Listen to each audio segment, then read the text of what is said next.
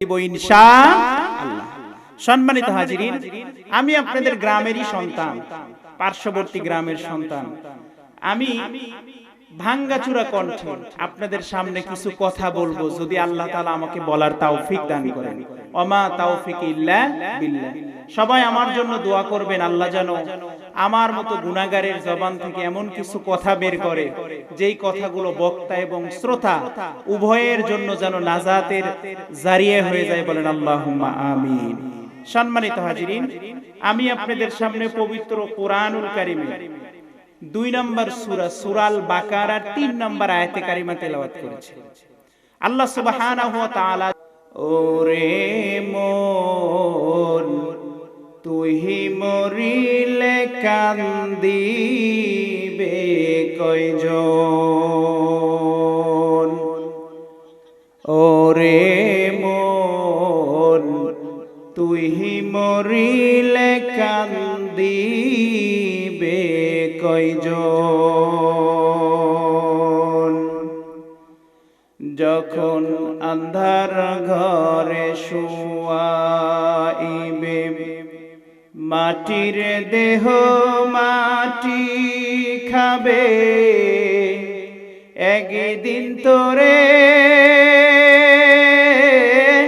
ভুলবে আপনজন,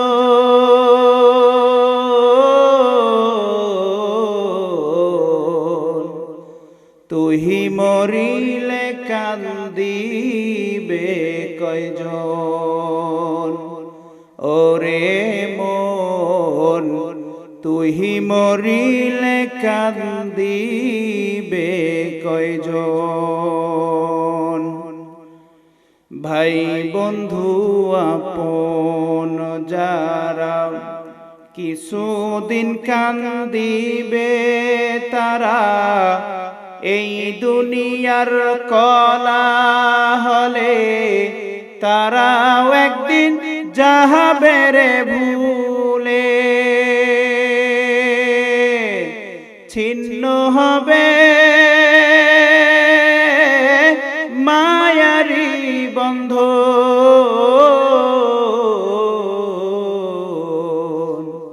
তুই মরিলে কান্দিবে কয়জন, ওরে মন তুই মরিলে কান্দিবে কয়জন। যেই দিন রে তোর হইবে মরণ, এই দেহে পরাবে কাফন, এই দুনিয়ার মায়া ছেড়ে যাবি রে মন পহর পারে, সামনে রবে হাসরের ক্ষণ,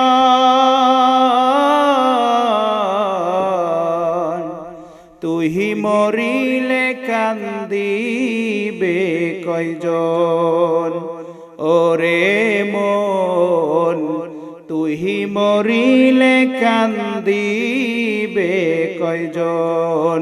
লা ইলাহা, জবান খুলে লা ইলাহা,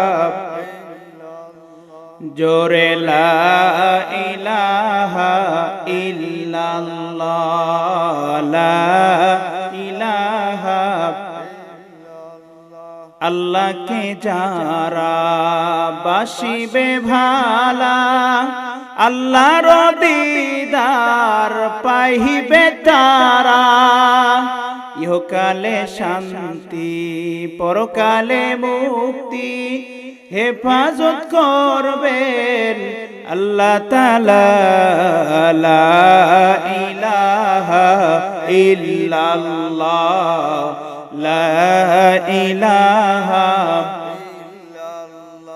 ভাইজান বহু দূরে মদিনা, কেমনে যাব জানি না, দয়ার আল্লাহ দয়া করে, দয়ার আল্লাহ দয়া করে মনের বাসনা লা ইলাহা জবান খুলে লা ইলাহা ভাইজান রিকশা চলে না চালক ছাড়া নৌকা চলে না মাঝি ছাড়া দুনিয়া চলে না আল্লাহ ছাড়া জিকির চলে না জাকের ছাড়া লা ইলাহা জোরে লা ইলাহা লা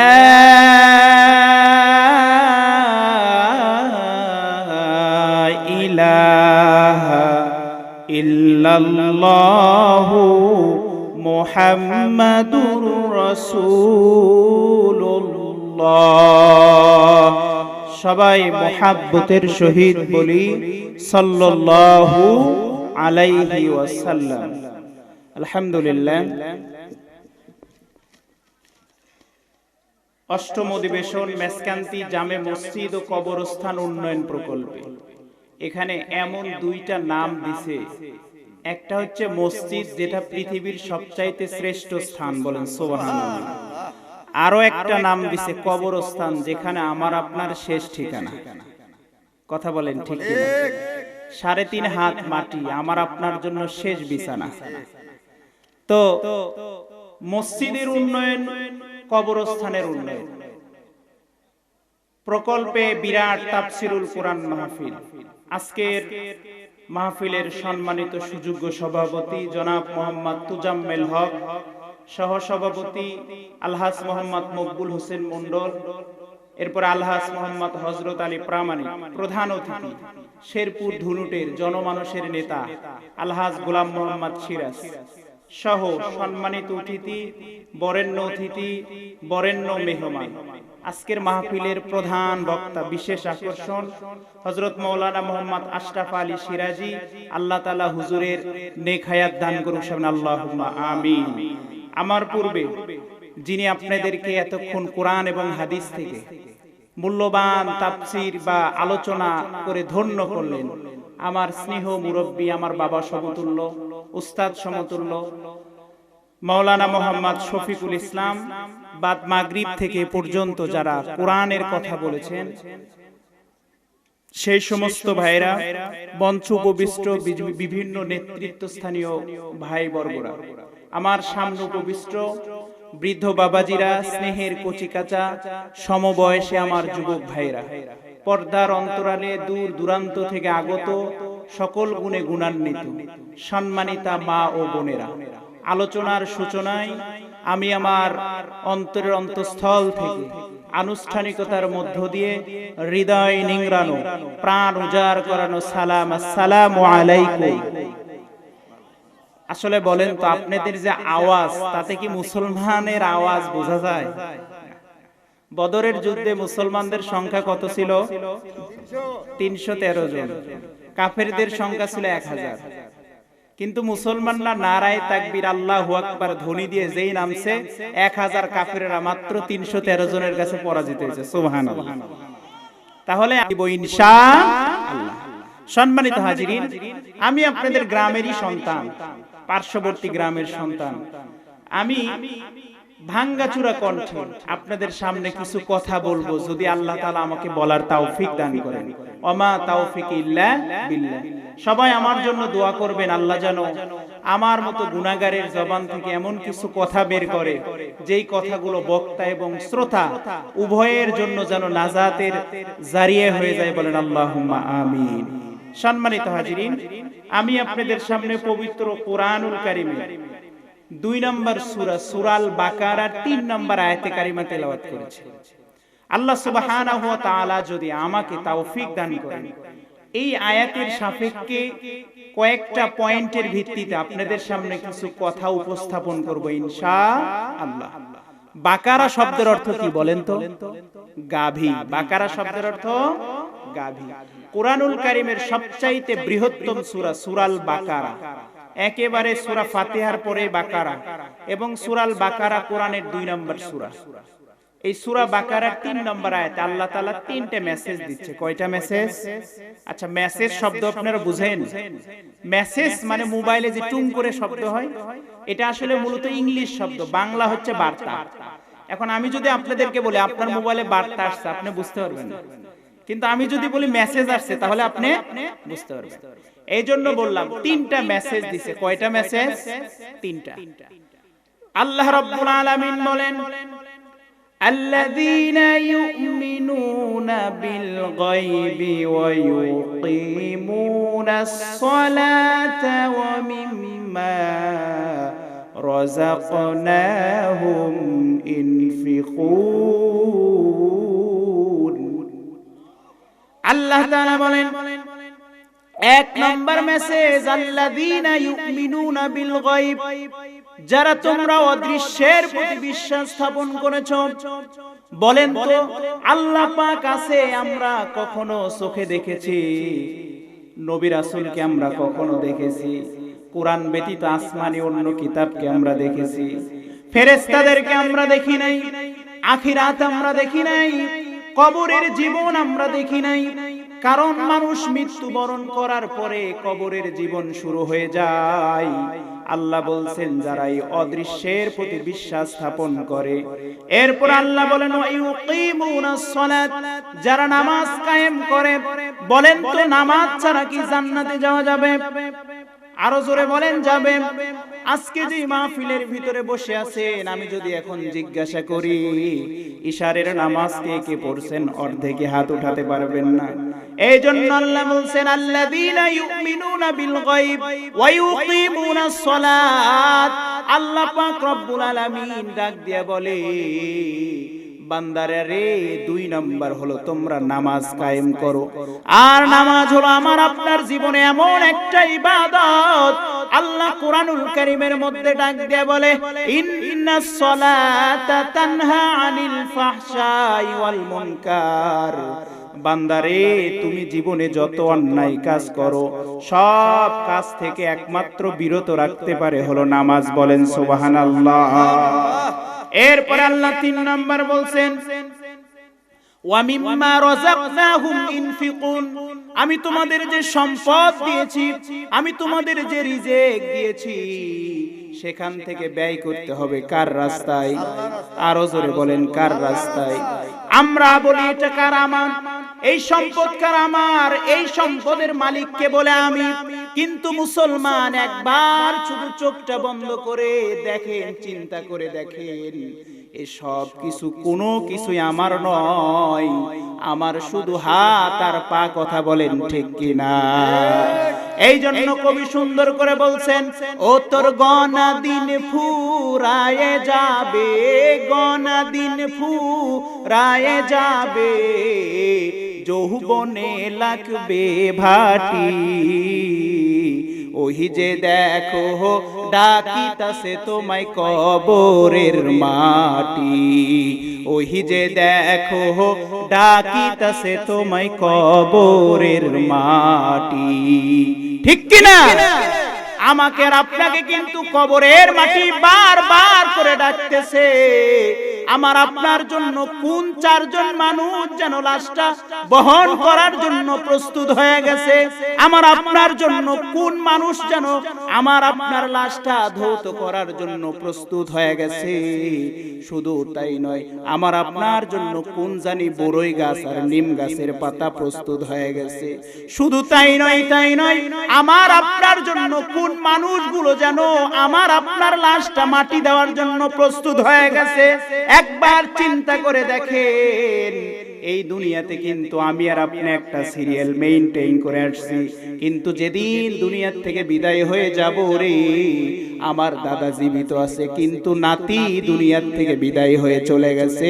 কথা বলেন ঠিক কিনা? একদিন তোমারি নাম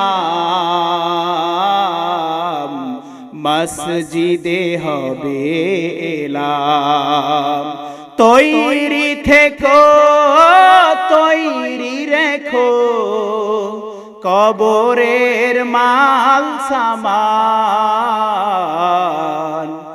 একদিন তোমারই নাম মসজিদে হবে এলাম। ঠিক কি না? এই যে আপনাদের যে মসজিদ আছে, এই মসজিদের মাইক দিয়ে কিন্তু একদিন আওয়াজ হবে যে আব্দুর রহিম, আব্দুল সাত্তার দুনিয়া থেকে বিদায় হয়ে চলে গেছে। কথা বলেন ঠিক? এই জন্য আমার আপনার জন্য যাওয়া আসা, আসার একটা সিরিয়াল আছে, কিন্তু যাওয়ার কোন সিরিয়াল, আরো জোরে বলেন, সিরিয়াল নাই। এই জন্য মুসলমান আমাকে আর আপনাকে তো কবরে যাইতেই হবে, এর মধ্যে কোনো ভেজাল আছে? আরো জোরে বলেন না, যারা কথা বলে এরা মনে হয় যাবে না। বলেন তো এখানে কেউ আছেন যে আমি কবরে যাব না হুজুর? আছেন? আছেন? ফিরাউন কিন্তু খুব বাহাদুরি করছে। ফিরাউনের লাশটা দেখো মিশর জাদুঘরে, খাই না তারে পোকামাকড় সবাই ঘৃণা করে। ফিরাউন কিন্তু কত বাহাদুরি দেখাইছে, কত ক্ষমতা দেখাইছে, কত কি দেখাইছে, টাকা, অর্থ, সম্পদ, মান, সম্মান সব দুনিয়াতে পড়েছিল। ফিরাউন দুনিয়া থেকে বিদায় হয়ে চলে গেছে। কথা বলেন ঠিক কি না? এই তো বর্তমান আমাদের দেশে ক্ষমতায় বসে 40 সাল পর্যন্ত ক্ষমতার থেকে নামবে না। কয় সাল? 40 সাল পর্যন্ত ক্ষমতায় থেকে নামবে না। আবার বলে যে খেলা হবে, খেলা হচ্ছে তো। আল্লাহ বলেন ওয়ামাকারু ওয়ামাকারাল্লাহ ওয়াল্লাহু খায়রুল মাকিরিন। এ বান্দা কিসের খেলা দেখাবি? আমি আল্লাহ আমার খেলা তোমাদের চেয়ে শ্রেষ্ঠ। বলেন সুবহানাল্লাহ। আল্লাহ তাআলা বলেন তুইজ্জু মান তাশা ওয়া তুযিল্লু মান তাশা বিয়াদিকাল খায়র। আমি আল্লাহ যাকে সম্মান দেই ক্ষমতার মসনদে বসাই, যাকে সম্মান না দেই সাংবাদিকের জুতা তার গালের ভিতর বসায় দেয়। ঠিক কি না? কোথায় আওয়ামী লীগ? কোথায় কাদের কাকা? কোথায় গেছে ওই জালেমের গরম গরম কথা? সব শেষ, ক্ষমতার দাপট সব ভেঙে চুরমার হয়ে গেছে। যারা ক্ষমতা পাবেন এরাও বেশ যদি লাফালাফি করে, এরাও ক্ষমতায় আল্লাহ তাআলা এদেরকেও টিকে রাখবে। এই জন্য মুসলমান সাবধান হন, সাবধান হন। আমরা যদি প্রজারা ভালো হই আমাদের রাজাও ভালো হবে, প্রজা যদি খারাপ হয় রাজাও খারাপ হয়ে যাবে। কথা বলেন ঠিক কি না? এই জন্য মুসলমান আল্লাহ তাআলা বলছেন অমিম্মা রাযাকনাহুম ইনফিকুন। আমি আল্লাহ তোমাদের যে সম্পদ দিয়েছি সেই সম্পদ থেকে কোথায় ব্যয় করো? আল্লাহর রাস্তায় ব্যয় করো। কোথায় ব্যয় করা? আরো জোরে বলেন, কোথায় ব্যয় করতে হবে? আল্লাহর রাস্তায়। ক্ষমতা সম্পদ দিবেন কে? আল্লাহ। ব্যয় করতে হবে কার রাস্তায়? তাহলে আমার আপনার আপত্তি কোথায়? কোনো আপত্তি নেই। হ্যাঁ, আপত্তি নাই, কিন্তু এখন যদি বলি ভাই 2000 টাকা করে কে কে দিবেন? সবাই। হ্যাঁ, সবাই ঘুম। যাই হোক, আসলে মূল বিষয় হচ্ছে 2000 আর 1000 নয়। যদি আপনার অন্তরটা খালেস করে আল্লাহর রাস্তায় যদি আপনার সামর্থ্য অনুযায়ী দান করতে পারেন, হতে পারে এই দানটা আপনার আমার জন্য নাজাতের জারিয়া। বলেন সুবহানাল্লাহ। আজকে আমি যেই টপিকস নিয়ে আলোচনা করব, জাস্ট ওয়ানলি ওয়ামিম্মা রাযাকনাহুম ইনফিকুন। আল্লাহর সম্পদ আল্লাহর রাস্তায় দান করা। আর সেই দানটা যদি পৃথিবীর শ্রেষ্ঠ জায়গায় হয়, বলেন তো সওয়াব কম হবে না বেশি হবে? আল্লাহর নবী হাদিসের মধ্যে বর্ণনা করেন আল্লাহ পাক রব্বুল আলামিন এই দুনিয়ার জমিনে সব চাইতে শ্রেষ্ঠ স্থান হিসাবে ঘোষণা করেছে মসজিদ। বলেন সুবহানাল্লাহ। মসজিদ কার ঘর? আরো জোরে বলেন কার ঘর? এটা আমার আপনার কথা নয়। 72 নম্বর সূরা, সূরা জিনের 18 নম্বর আয়াতে আল্লাহ তাআলা বলেন ওয়া আন্নাল মাসাজিদা লিল্লাহ। আল্লাহু আকবার। আল্লাহ বলছেন মসজিদ হলো আল্লাহর ঘর। কার ঘর? আল্লাহর ঘর। তাহলে আল্লাহর ঘরে যদি আল্লাহর দেওয়া সম্পদ আমি আপনি দান করি, বলেন তো আমার আপনার কোনো ক্ষতি আছে? তাহলে লাভ আছে। কথা বলেন ঠিক কিনা? আমার মুসলমান ভাইরা রে, আল্লাহর নবী হাদিসের মধ্যে বর্ণনা করেন এ দুনিয়ার উম্মাত উম্মতিরা তোমরা শুনে নাও, তোমরা যদি আমার ঘর মসজিদ একমাত্র আমাকে রাজি এবং খুশি করার জন্য নির্মাণ করে থাকো, কিয়ামতের ময়দানে আমি আল্লাহ পাক রব্বুল আলামিন তোমাদের জন্য জান্নাতের ভিতরে অনুরূপ একটা প্রাসাদ নির্মাণ করে দিব। বলেন সুবহানাল্লাহ। তাহলে জান্নাতে আমার আপনার জন্য প্রাসাদের দরকার আছে না নাই? কার কার দরকার আছে? হাত তুলে দেখান। আল্লাহ তাআলা আমরা জান্নাতের প্রাসাদের আশায় তোমার ঘর মসজিদে দান করব। আল্লাহ তুমি আমাদের প্রত্যেকের দান কবুল করো, বলেন আমিন। আচ্ছা বলেন, রাসূলের হাদিসে কোনো সন্দেহ আছে? রাসূলের কথায় কোনো সন্দেহ আছে? রাসূল সাল্লাল্লাহু আলাইহি ওয়াসাল্লাম যা বলেছেন এটা রাসূলের কথা নয়, এটা সম্পূর্ণ আল্লাহ পাকের কথা। আল্লাহ কোরআনে বলেন, মা ইয়ানতিকু আনিল হাওয়া ইন হুয়া ইল্লা ওয়াহয়ুহা। আল্লাহ তাআলা বলেন যে আমার নবী যা বলে এটা আমার নবীর কোনো মন গড়া বানোয়াটি কথা নয়, এটা আমার নবী যা বলে আমি আল্লাহ পাকের পক্ষ থেকে কথা বলেন। সুবহানাল্লাহ। কবি সুন্দর করে বলে, মুহাম্মদ হরগিজ না গুফতা তানা গুফতা জিবরিল, জিবরিল হরগিজ না গুফতা তানা গুফতা রব্বি কারীম। কবি সুন্দর করে বলে যে মুহাম্মদ ততক্ষণ পর্যন্ত কোনো কথাই বলে না যতক্ষণ পর্যন্ত জিবরাইল মুহাম্মদকে কিছু না বলে। মুহাম্মদ জিবরাইল ততক্ষণ পর্যন্ত কোনো কথা বলে না যতক্ষণ পর্যন্ত আল্লাহ তাআলা জিবরাইলকে কিছু না বলে, বলেন সুবহানাল্লাহ। তাহলে মূল কানেকশন কার সঙ্গে? আল্লাহ যতক্ষণ কিছু না বলে জিবরাইলও বলে না, মুহাম্মদ সাল্লাল্লাহু আলাইহি ওয়াসাল্লামও বলে না। মুসলমান ভাইরা রে আমার, সেই নবী তার পবিত্র জবান দিয়ে বর্ণনা করেছেন, তোমাদের মধ্যে কেউ যদি বুদ্ধি দিয়ে হোক, বিবেক দিয়ে হোক, অর্থ দিয়ে হোক, সম্পদ দিয়ে হোক, শ্রম দিয়ে হোক, যদি কেউ আল্লাহর ঘর মসজিদ নির্মাণ করে, আল্লাহ তাআলা তার জন্য জান্নাতে একটা প্রাসাদ নির্মাণ করে। চিৎকার মেরে বলুন সুবহানাল্লাহ। এটা আমরা বিশ্বাস করি, তারপরেও বাস্তব একটা ওয়াজ আপনাদের শোনাবো ইনশাআল্লাহ। আচ্ছা, আব্বাসীয় খলিফা একজন খলিফা ছিলেন, নাম হচ্ছে বাদশাহ হারুনুর রশিদ। নাম শুনছেন তো? উনি অনেক আল্লাহওয়ালা একজন ব্যক্তি ছিলেন। যদিও খিলাফতের দায়িত্ব পালন করেছেন, কিন্তু তিনি প্রত্যেক দিন 100 রাকাত নফল নামাজ পড়তেন। সুবহানাল্লাহ। কয় রাকাত? আজকে আমাদের যারা ক্ষমতায় আছে এরা কয় রাকাত পড়ে? হ্যাঁ, যদি বলে ফজর বলে ঠান্ডা, জোহর ঘুম থেকে উঠে নাই, আসর নেতাদের সাথে ব্যস্ত, মাগরিব প্রোগ্রামে ব্যস্ত, ইশার এখনো বাড়িতে আসে না, আড্ডায় ব্যস্ত, এরপরে ফজর আসর জোহর মাগরিব সব গেল। এমন নেতা আছে পেশাব করেও পানি। তাহলে বলেন তো এদেরকে দিয়ে সমাজ সংস্কার সম্ভব? তো বাদশাহ হারুনুর রশিদ, যিনি প্রত্যেক দিন সব রাষ্ট্রীয় কাজকর্ম করেও 100 রাকাত নফল নামাজ পড়েন। সুবহানাল্লাহ। কয় রাকাত? 100 রাকাত। এবং ম্যাক্সিমাম চেষ্টা করেছেন প্রত্যেক বছর হজ করা, প্রত্যেক দিন 1000 দিনার পর্যন্ত দরিদ্র মানুষের মাঝে বিলিয়ে দিতেন। সুবহানাল্লাহ।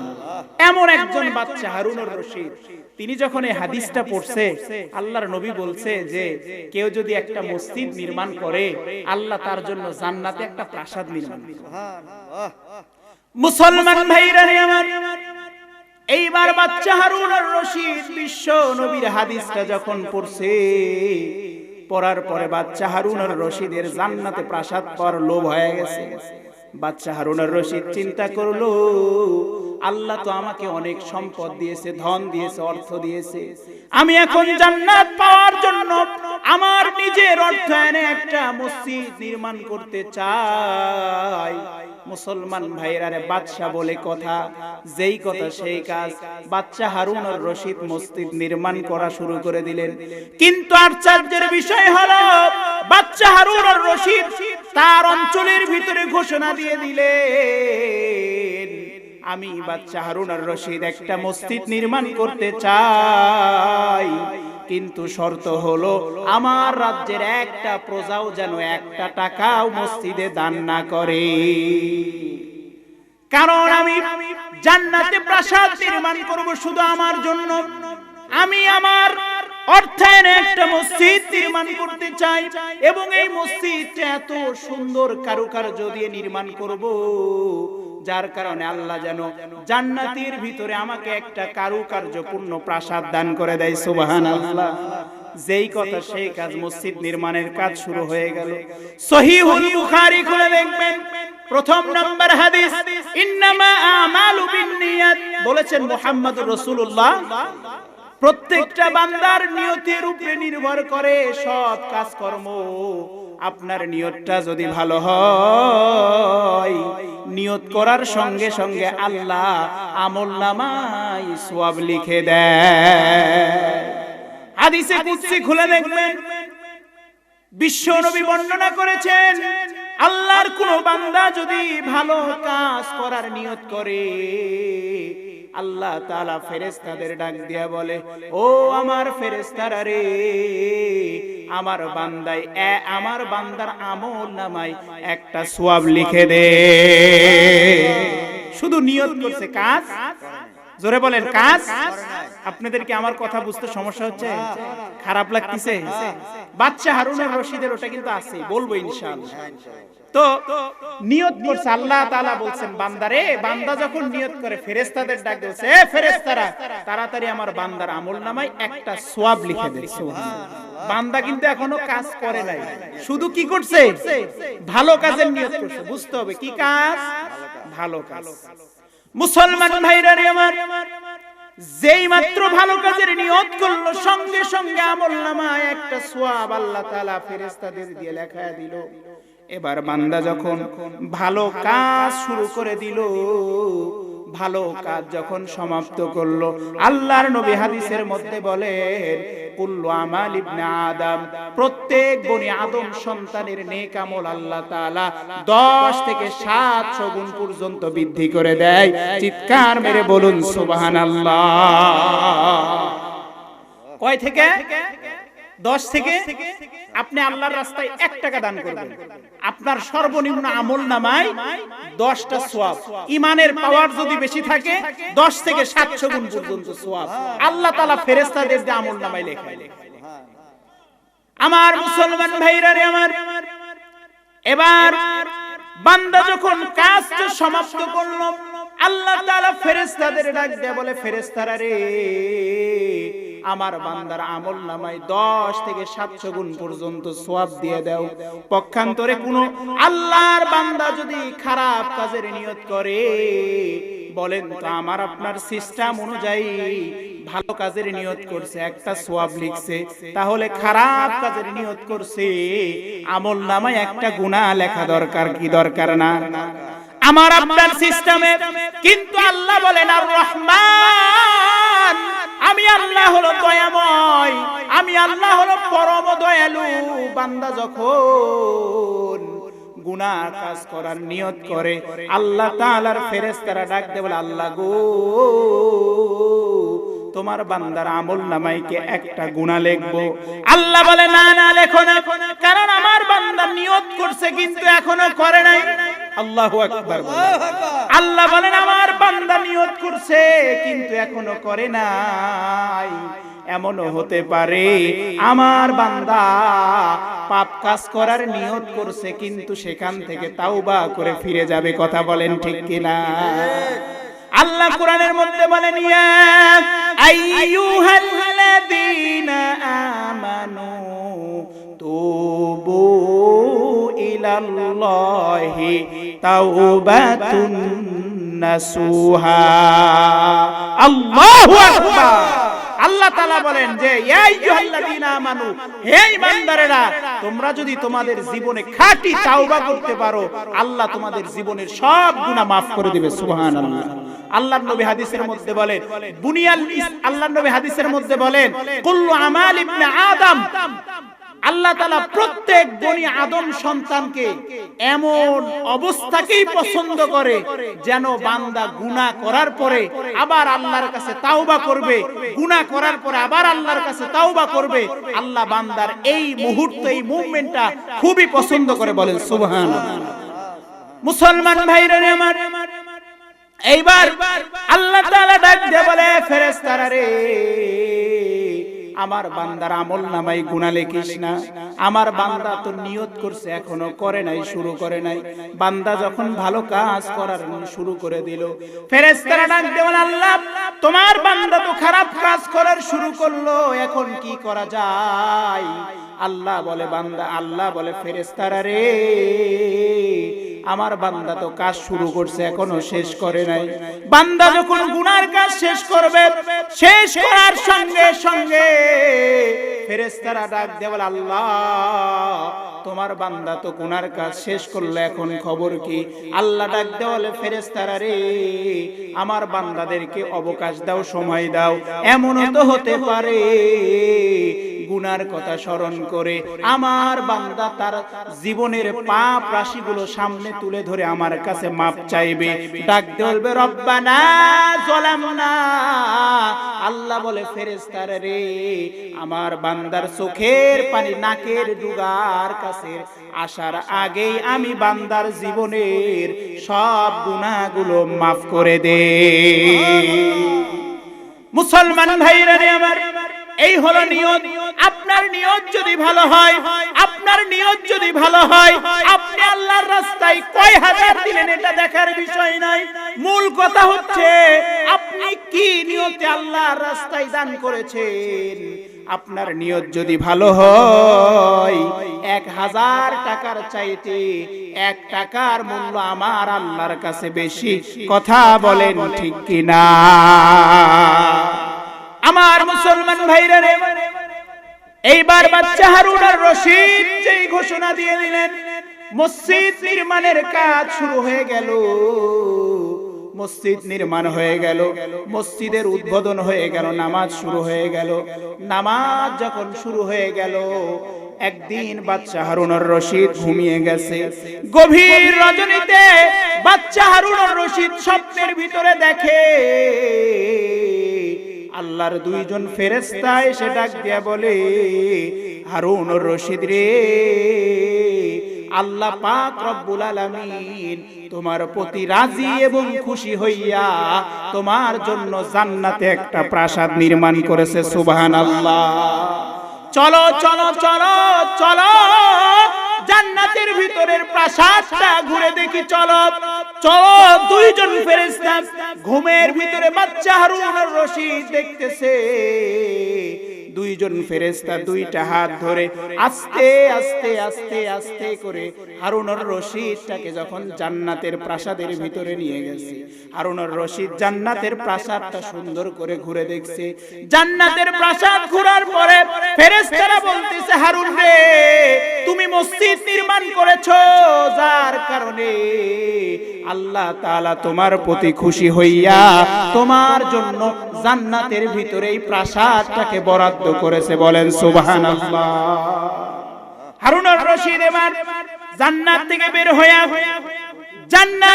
বের হওয়া মাত্রই হারুন আর রশিদ জান্নাতের গেট যখন পার হইছে, পার হওয়ার পরে তার প্রাসাদের গেটটা যখন পার হয়ে গেছে, পার হওয়ার পরে বাচ্চা হারুন আর রশিদ তাকিয়ে দেখে রে, জান্নাতের সামনে, তার প্রাসাদের সামনে, জান্নাতের ভিতরে তার মতো অনুরূপ একটা প্রাসাদ নির্মাণ করা আছে। চিৎকার মেরে বলুন আল্লাহু আকবার। আল্লাহু আল্লাহু কি যে মধুর নাম, আল্লাহু আল্লাহু কি যে মধুর নাম, ডাকলেও নাম সুহাগ ভরে, নিত্য জুয়ার প্রেম শিখালে, রাখলেও নাম মনের কাবায়, নাচে রক্ত ঘাম। আল্লাহু আল্লাহু কি যে মধুর নাম। ঠিক কিনা?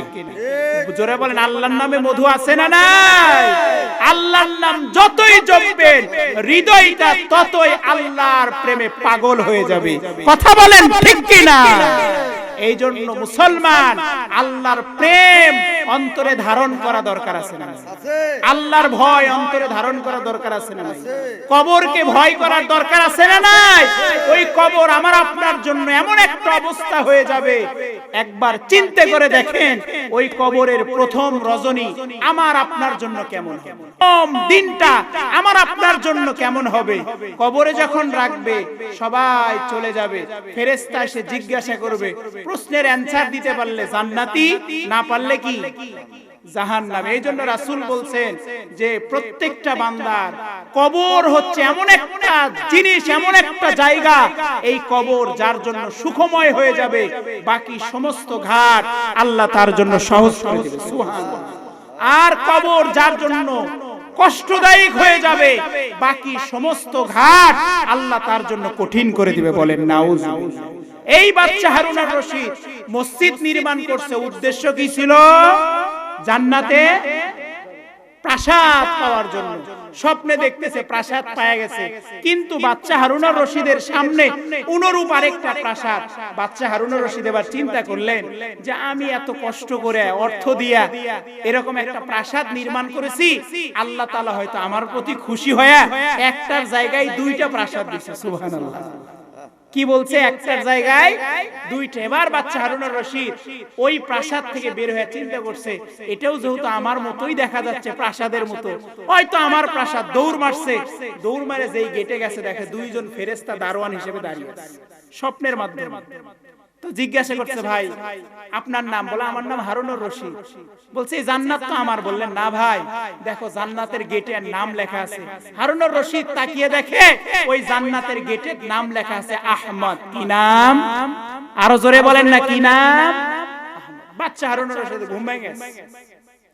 স্বপ্নে এবার যা দেখলেন চিন্তা করতেছে, আচ্ছা বুঝলাম তো, আমাকে আল্লাহ তাআলা জান্নাতে একটা প্রাসাদ দিছে, কিন্তু এই আহমদটাকে সে কি এমন আমল করছে যার কারণে জান্নাতের ভিতরে প্রাসাদ দিছে।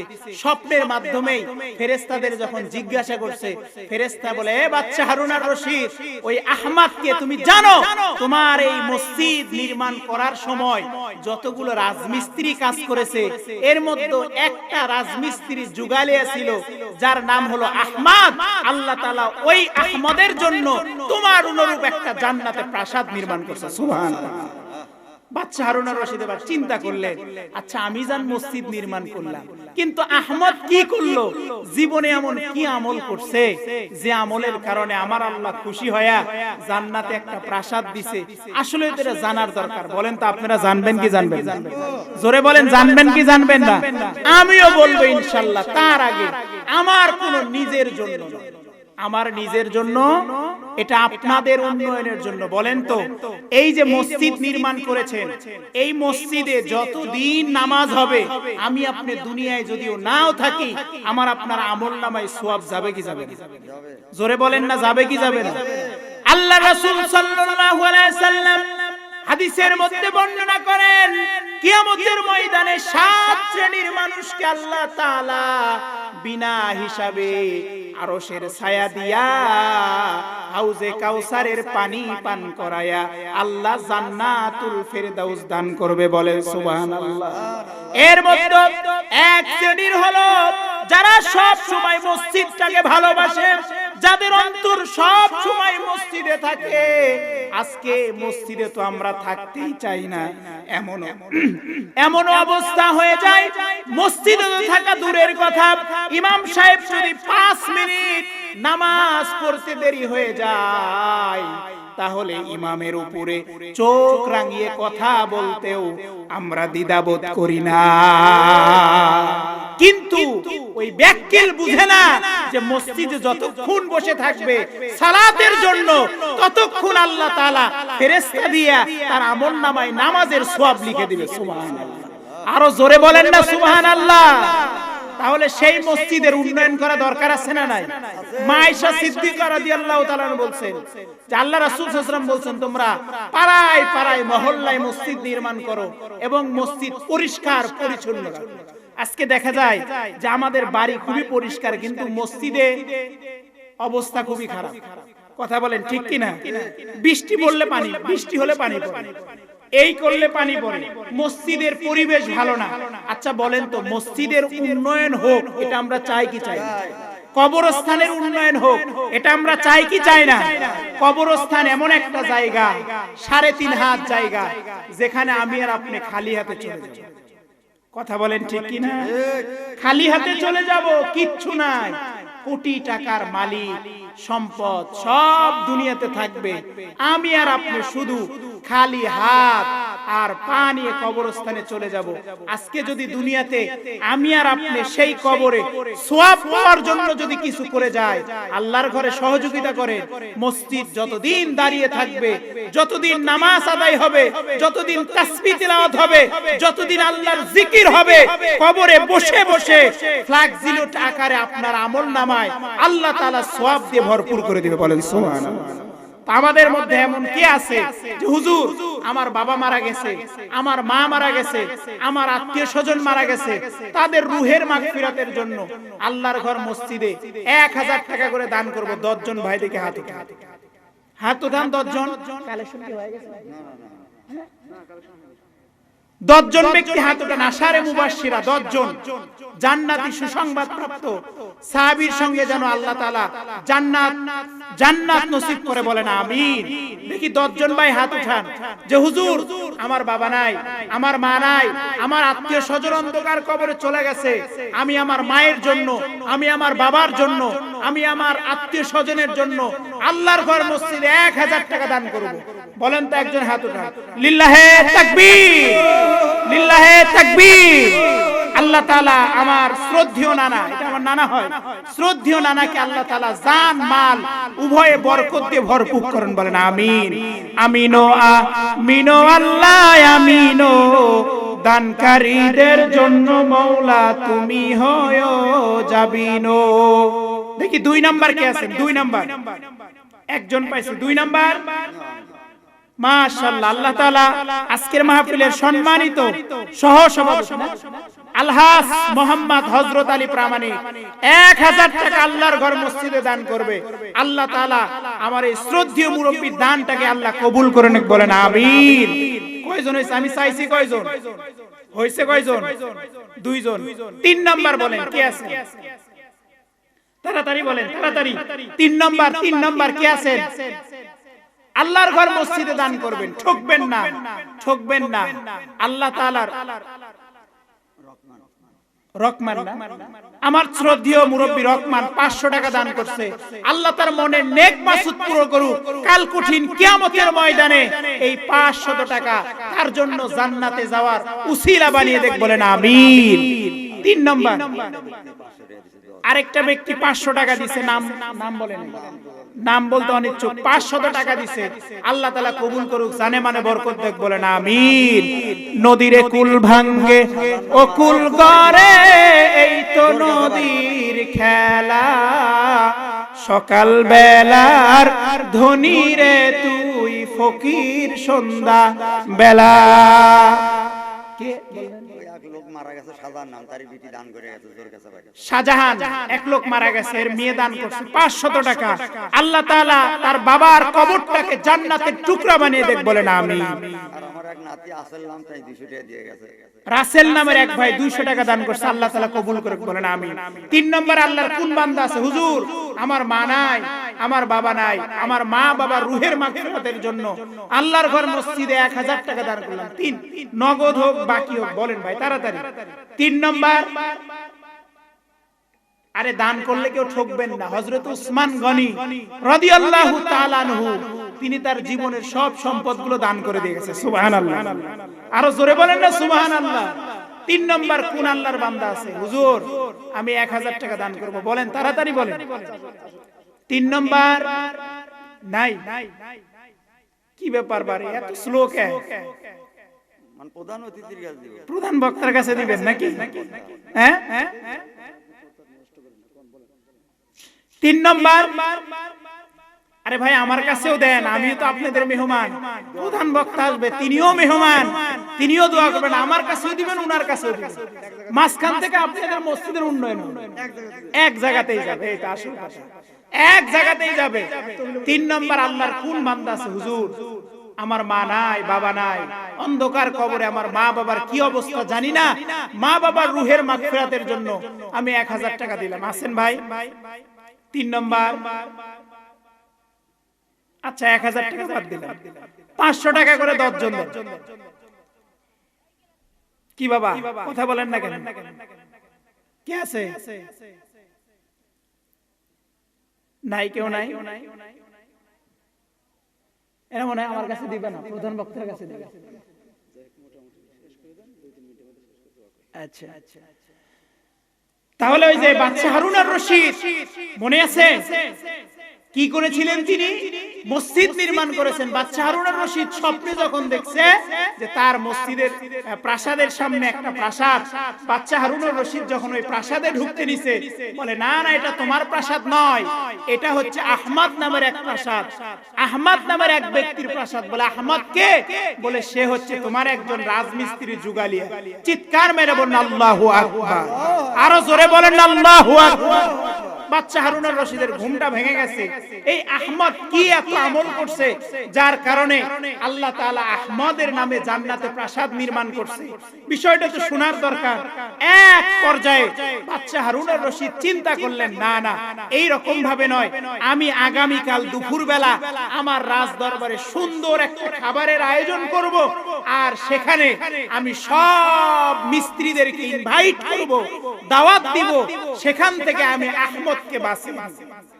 মুসলমান ভাইরা আমার, পরের দিন সকালবেলা সমস্ত রাজমিস্ত্রির কাছে যখন দাওয়াতটা পৌঁছায় দিছে, বিকেল বেলা দুপুর যখন হয়ে গেছে, সবাই রাজমিস্ত্রিরা বাদশা হারুন আর রশিদের দাওয়াত খাওয়ার জন্য রেডি হয়ে গেছে। বাদশা হারুন আর রশিদ সবার সামনে সুন্দর করে খাবার পরিবেশন করেছে। খাবার যখন শেষ হয়ে গেছে, বাদশা হারুন আর রশিদ এবার ডাক দিয়ে বলে, তোমাদের মধ্যে আহমদ নামের এমন কোন ব্যক্তি আছো, দয়া করে মেহেরবানি করে আমি বাদশা হারুন আর রশিদ আমার সঙ্গে একটু দেখা করো। চিৎকার মেরে বলুন সুবহানাল্লাহ। এই বক্সটা আরো ঝামেলা করছে।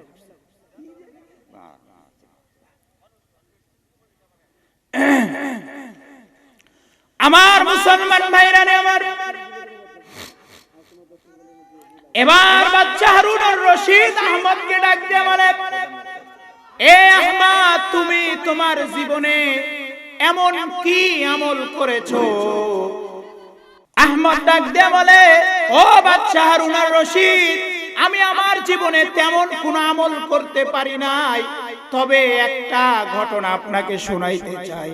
আপনি যখন এই মসজিদটা নির্মাণ করলেন, মসজিদটা নির্মাণ করার পরে আপনি যখন ঘোষণা দিয়ে দিলেন যেই মসজিদে কেউ টাকা দান করতে পারবে না, আমি এই মসজিদে টাকা দান করেছি, কিন্তু এমন একটা উপায় অবলম্বন করেছি, আমি এই মসজিদে আমার প্রত্যেক ভিটা যে খনন করতে নিয়েছিলাম পানির জন্য, খনন করতে করতে সেখানে এমন কিছু পাথর পাইছি, যেই পাথরগুলো আপনার এই মসজিদ নির্মাণ করা পাথরের মতোই এই রকম হয়েছিল, যার কারণে আমি এই রাতের অন্ধকারে এই পাথরগুলো আমি আস্তে আস্তে করে আপনার পাথরের মধ্যে এমন ভাবে মিশ্রণ করেছি, যার কারণে আমার পাথর দিয়ে মসজিদ নির্মাণ হয়েছে, যার কারণে আল্লাহ পাক রব্বুল আলামিন আমার প্রতি রাজি এবং খুশি হইয়া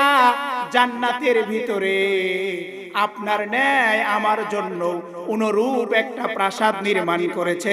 চিৎকার মেরে বলুন সুবহানাল্লাহ।